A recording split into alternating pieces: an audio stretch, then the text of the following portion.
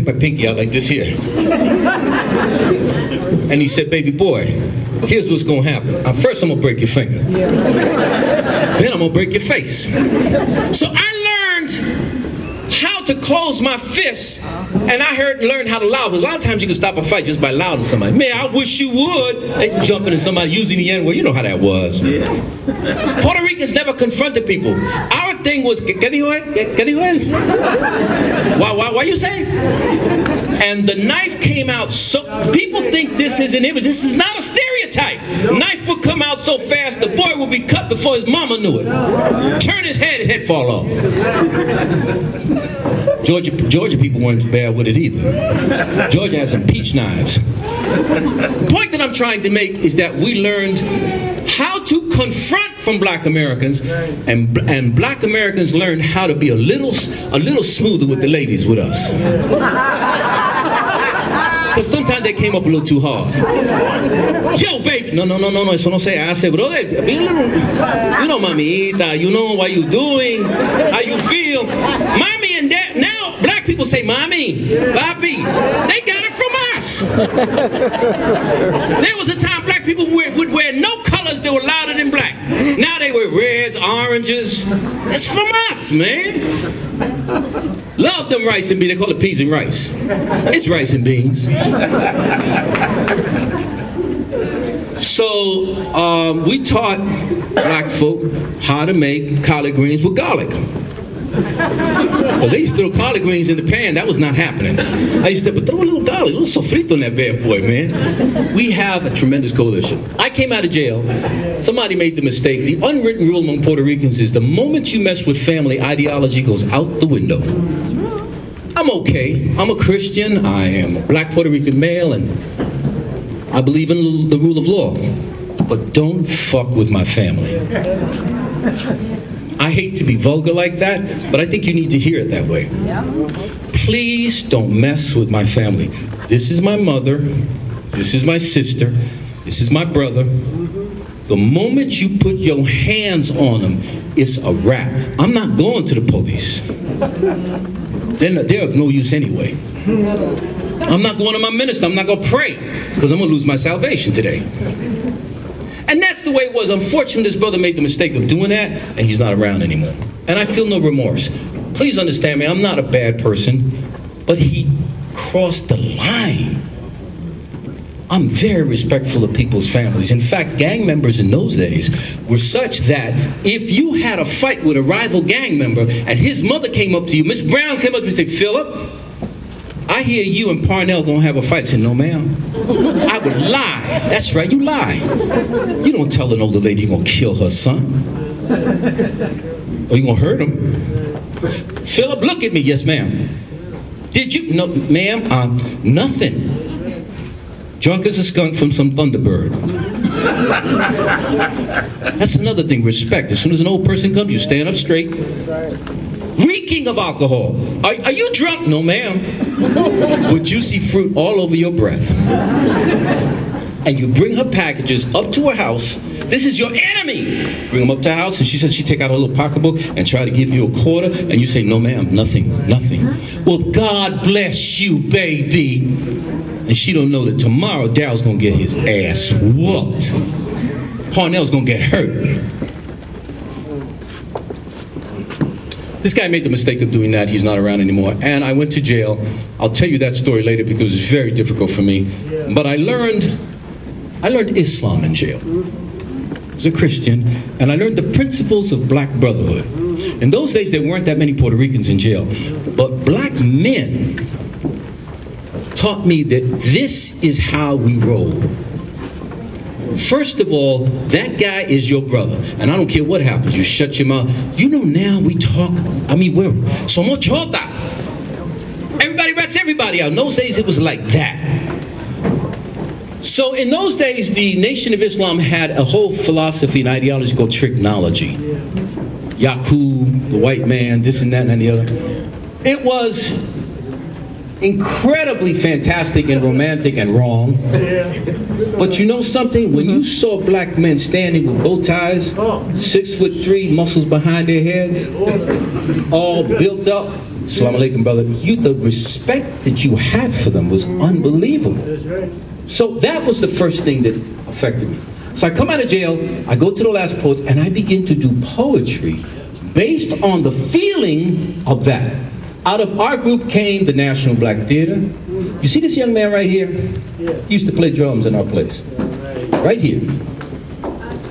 He taught me, he would never let me touch his djembe. But imagine, Nikki Giovanni came out of our law. Sun Ra came out of our law. Amiri Baraka would come out of our law. Pedro Pietri used to come out. Rap Brown used to come to our law. Stokely Carmichael came to the original Panther Party. We had a tremendous time. One person can make a difference. One person, one group can make a difference. From the last poets, because we got to finish this, right? From the last poets, a group of Puerto Ricans kept on coming to the political workshop that I was conducting, and they kept on saying, we're developing a group called La Sociedad de Albizu Campos. They were members of Westbury, University of Westbury, Queens, CCNY in Brooklyn. And I told them, y'all must be crazy. Y'all not ready to really roll. Because I come out of jail, I don't know how many of you know ex-cons, but they are afraid of nothing but God. I had been through hell. And I said, are y'all ready for this? And I told Rap Brown, who's now in jail, I don't think that. He said, you gotta go with them. God came to him, you gotta go with them. And I said, they're not ready. I wanted armed struggle immediately. I come out of gangs. I do not believe in sitting and taking an ass whipping. It's not my field. I'm not about the South that way. So what happens is they kept on coming. Persistence is something that we all must understand. Persistence. If you stay long enough at it, you wear them down. They wore me down. And finally, Guylin Kane and Rap Brown took me and said, you got to go to Puerto Rico. You got to go Puerto Rican on us. You've been black long enough. You got to go Puerto Rican. And I took everything I learned from Harlem, from jail, and I brought it to the Puerto Rican community. They were in shock. They had never seen black Puerto Ricans head an organization, first of all. So we changed that whole Ricky Ricardo nonsense. You know that anytime you look at television, you don't see images of us. So we did that. But most important, is that for the first time in the history of our nation, here in New York, you had men and women telling the authorities, I will hurt you if you hurt us. You understand the difference? We're not saying we're going to negotiate with you. We're not saying we're saying we are going to hurt you if you hurt my mother, if you hurt the same thing we had on the streets. We did it institutionally. Are people who are not willing to die for anything are not fit to live. What are you willing to die for? And I will summarize this by saying every Puerto Rican in here, there is a renaissance going on that you're not even aware of. We are at the lowest point in our evolutionary life here in New York City. Don't talk about Dominicans, don't criticize Dominicans, don't criticize black folk, don't criticize white folks, don't criticize Asians, don't criticize Mexicans. Look at yourself. What are you willing to do? What are you willing to give up? In The Untouchables, Elliot Ness, Sean Connery tells Kevin Costner, what are you willing to die for? What are you willing to give? What are you willing to sacrifice?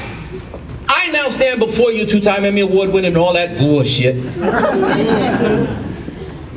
But it was not funny getting my head cracked. Don't believe that they're not watching every move I make. Don't believe they can't stop it. That's right. They can't stop revolution. They couldn't stop this guy. The CIA had tabs on him from Argentina. They couldn't stop him. When a people are ready to move, nothing, hell or high water. And if they believe that God is on their side. Amen. But you have to feel it. God didn't intend us to live like this. That's right. To live on welfare, to be drugged out, to have no jobs. That's not what God intended us to do. Prosperity is part of our makeup. That's right. And I'm not trying to be T.D. Jakes here. I'm telling you what the deal is. We weren't supposed to be living like this. No teeth, obese, running around like this. Oye, brother, ¿cómo está? No! This is not what Albizu Campos wanted for us. But you've got to be willing to sacrifice. What are you willing to pay? And men, women have done as much as they can. Brothers, let's pull up our pants and take care of business. Go ahead. Let's pull up our pants. It's time for us to do something. Puertorriqueños, ¿qué tú haces? Criticar a los dominicanos. No, stop it. We have no businesses in East Harlem. Look at 3rd Avenue on a Friday. It's dead. Go ahead, brother. Go ahead. There's nothing we can sell other than drugs. We have the best food in the world. That's right. And we're not selling it. We're the best fashionistas in the world, and we're not selling it.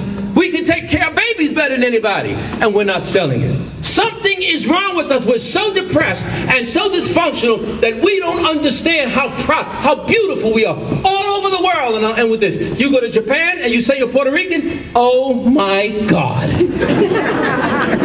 You go to Iceland, oh, are you Puerto Rican? Frankfurt, Hamburg, Zurich. I've been all to these places. They say, you're Puerto Rican? They see us in a different... You don't see yourselves in the right image. But God didn't make no jump. And I think we're the most beautiful people on the planet. And I think everybody's going to look like us in 2060 any damn way. They going to look like us. Half straight, half nappy hair. Mulattoes.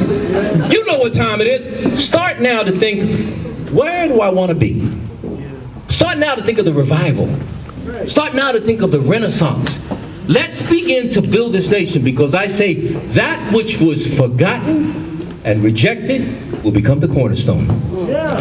Puerto Ricans in this town are the swing vote. Latinos in this nation are the swing vote. Obama will not win unless Puerto Ricans and Dominicans and Mexicans vote him in. That's the deal.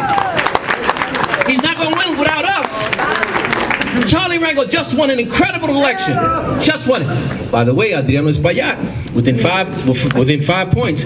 But you want to know something? Puerto Rican said, okay, Charlie, we'll give you another break. And I hope that colored boy understands what time it is and comes home. Okay? Time to let you go. I love you. Remember, Renaissance and revival. God bless you.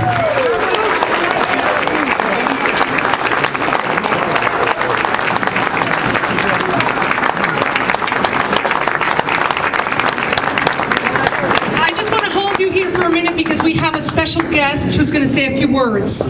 I don't know if Felipe mentioned that one of the most fascinating aspects of the Young Lords Party was that 30% of its membership was non-Puerto Rican, Latino, and African American. So this was one of the most